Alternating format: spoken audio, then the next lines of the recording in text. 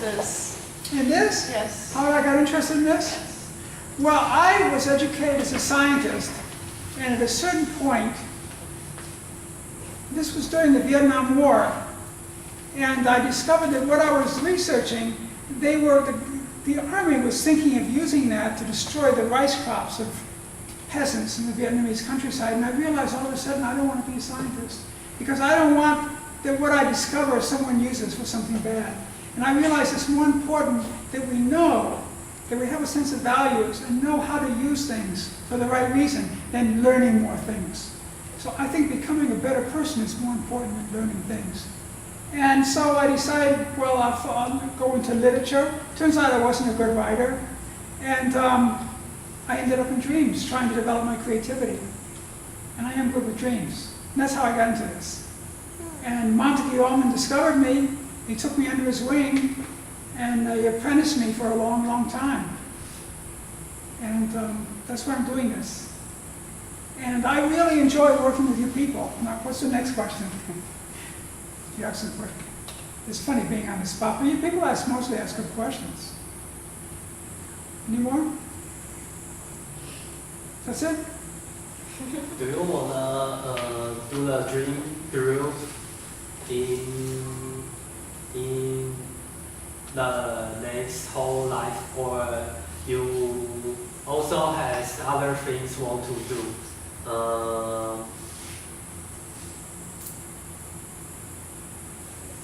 Beside of the rights and dream group, do you wanna do other things? I'm interested in creativity. I'm interested in nature. I'm interested in my friends and people. I like Dream Group.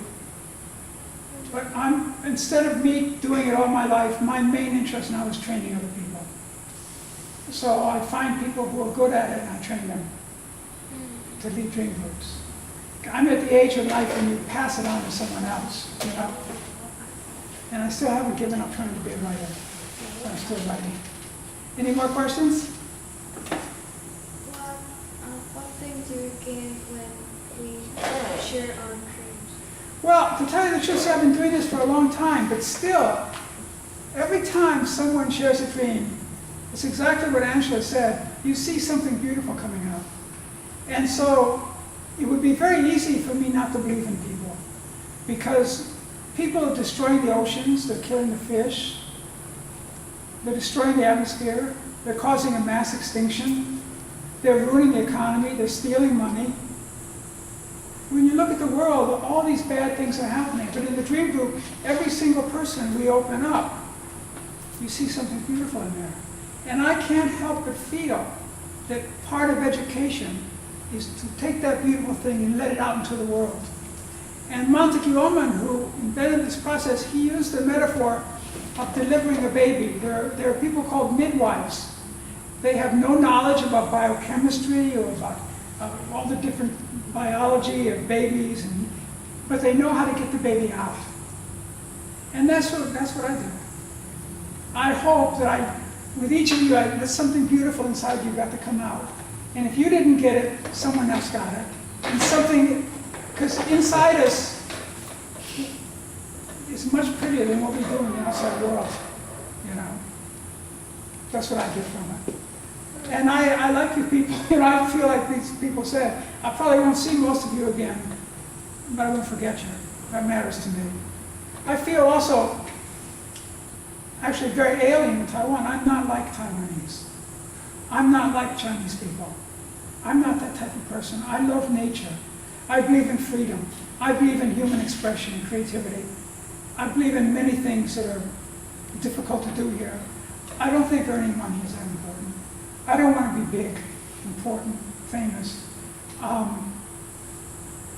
But I value what's the core of this culture. And so I feel by doing this group, I'm in Taiwan. This is what I love. These are the people. I feel right in if I can do what I do. That's what I feel. Who asked me that question? Oh. Any other questions? So do you think that it's different for West people and East and West thought? Well, right now, to tell you the truth, when I first came to Taiwan, I didn't really expect that I could get the same quality of dream work as I had in New York.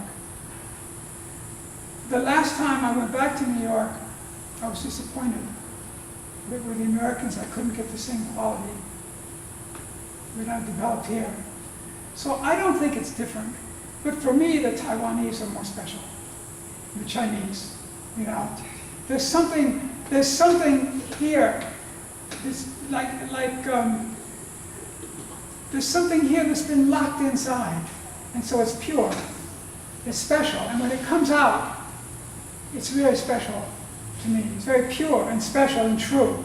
And I feel Taiwan is really, I feel this place is not like China. It's going to go, something beautiful is going to happen here. I don't know about the United States. It seems a little crazy to me these days, what it's doing, and all these wars and all this craziness, the financial thievery and all this mess.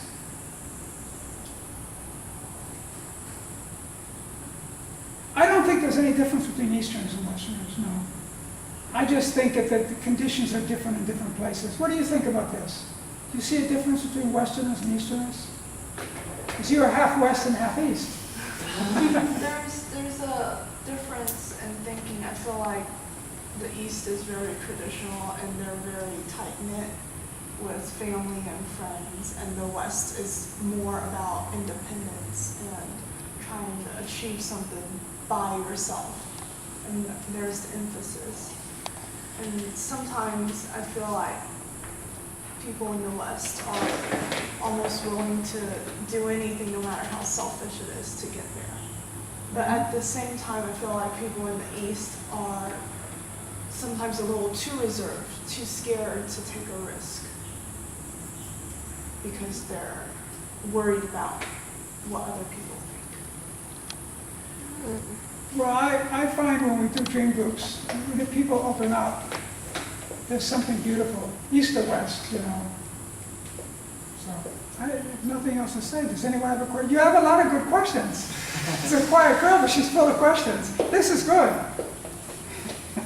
You said that everyone has beautiful things inside their mind. So do you think that all the people are good and there's not really a bad man in the world? But there are psychopaths. We know that. There are psychopaths. People like Mao Zedong. These people killed a lot of people. People like Stalin, you know, or like a lot of the people on Wall Street in America now that are doing so much damage to the world. There are psychopaths. There are people who are bad. But I feel that the vast majority of human beings are good. They're really good. And I feel that the reason we do bad things is we don't know ourselves. And I feel that Dream Group is a good education because it doesn't teach you anything what you're supposed to do. It teaches you who you are. And when you know who you are, you do the right thing, you know. And I've never found a bad person in a Dream Group. I've never opened up a dream and found a bad person. There's only one person I remember in a Dream Group that there's maybe two. In 40 years, they were fundamentally dishonest. And most people inside are honest and true. That's my experience. Any questions? Yeah, like after so many years of doing dream, what do you think is the biggest impact dreams have on people?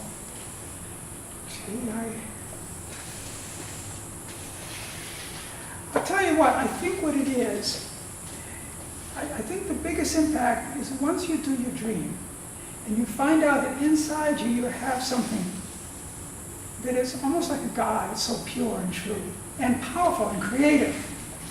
And then you have confidence in yourself. And with that creative confidence, you can do anything.